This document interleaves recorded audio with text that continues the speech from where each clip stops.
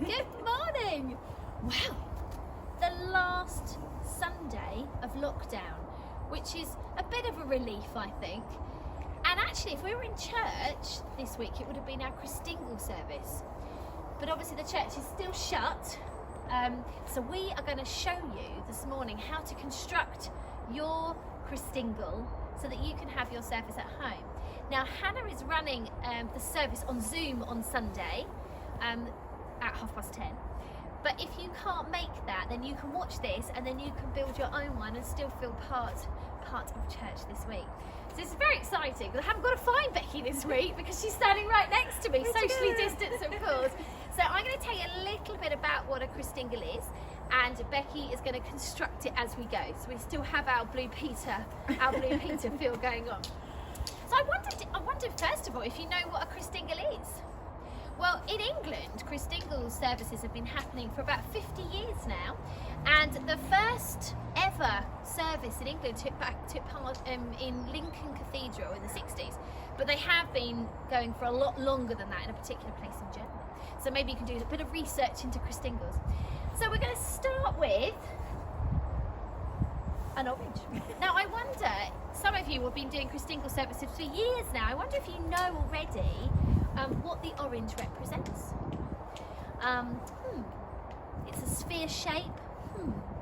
Let's think about this. We're thinking about God's creation. We're thinking about kind of Christian story. Well, of course, it represents the world. So we're going to start with the world. And we're going to start by cutting a little tiny bottom bit off our world so that it can stand up. Try not to make it too juicy. We need a stable world, Becky. It's very important. And make sure you get mummy or daddy or an adult to do that for you, because there's a sharp knife, and that just means that it can stand up like that.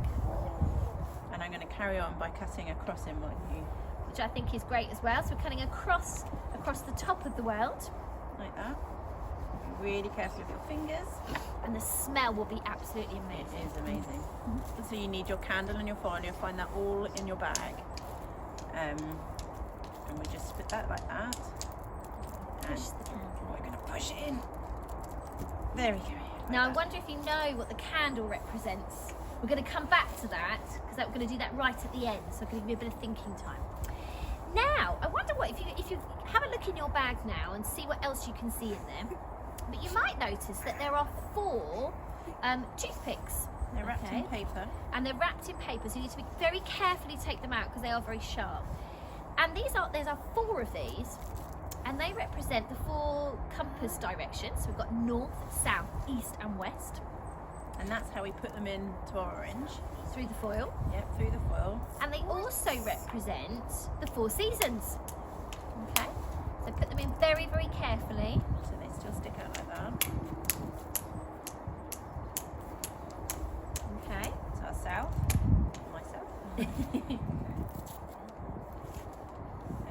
And then we're ready for the delicious bit. Now you're very, very lucky. Hannah's been very, very kind.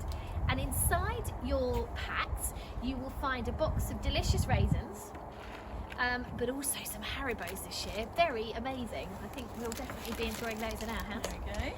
And these are really amazing. These represent the fruits of the earth, so God's creation. Okay, all those natural, wonderful things that we are just so lucky to have growing everywhere all through the year. But they also represent, some Christians like to think of them as the fruits of the Spirit. So while you're putting them on, you can think about parts of God's creation you love, but also things like faith and love and kindness and gentleness. It's a bit and easier if you take them out and hold them, and then you can push them and just make them one sweetie and a couple of raisins, like that.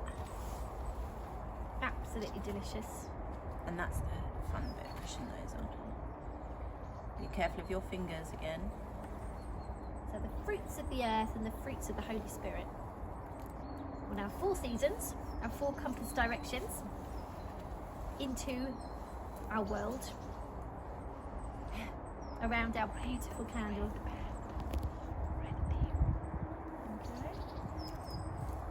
One more. It's starting to look really pretty. Amazing. So, what's left? We haven't talked about the candle in the middle. And I should imagine you've guessed what that is. And of course that does represent Jesus. Jesus being the light of our world. And particularly, well, at the moment, light overcomes darkness here.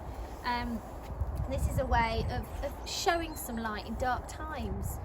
And we thought it'd be really lovely if you shared maybe your Christingle, maybe on your window, and maybe it's a lovely way of showing, you know, showing God's love and the light that people may need.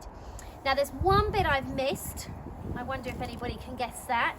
And of course, it's round the outside, and this bit represents Jesus, and it's Jesus's blood or Jesus's love, okay, that goes around the outside, holding our world together. So there you have it. A very delicious, beautiful Christingle that has got so much symbolisation in it. Very symbolic. So light it this weekend, okay, and share it, enjoy it, and tune in with Hannah's service if you can at 10:30.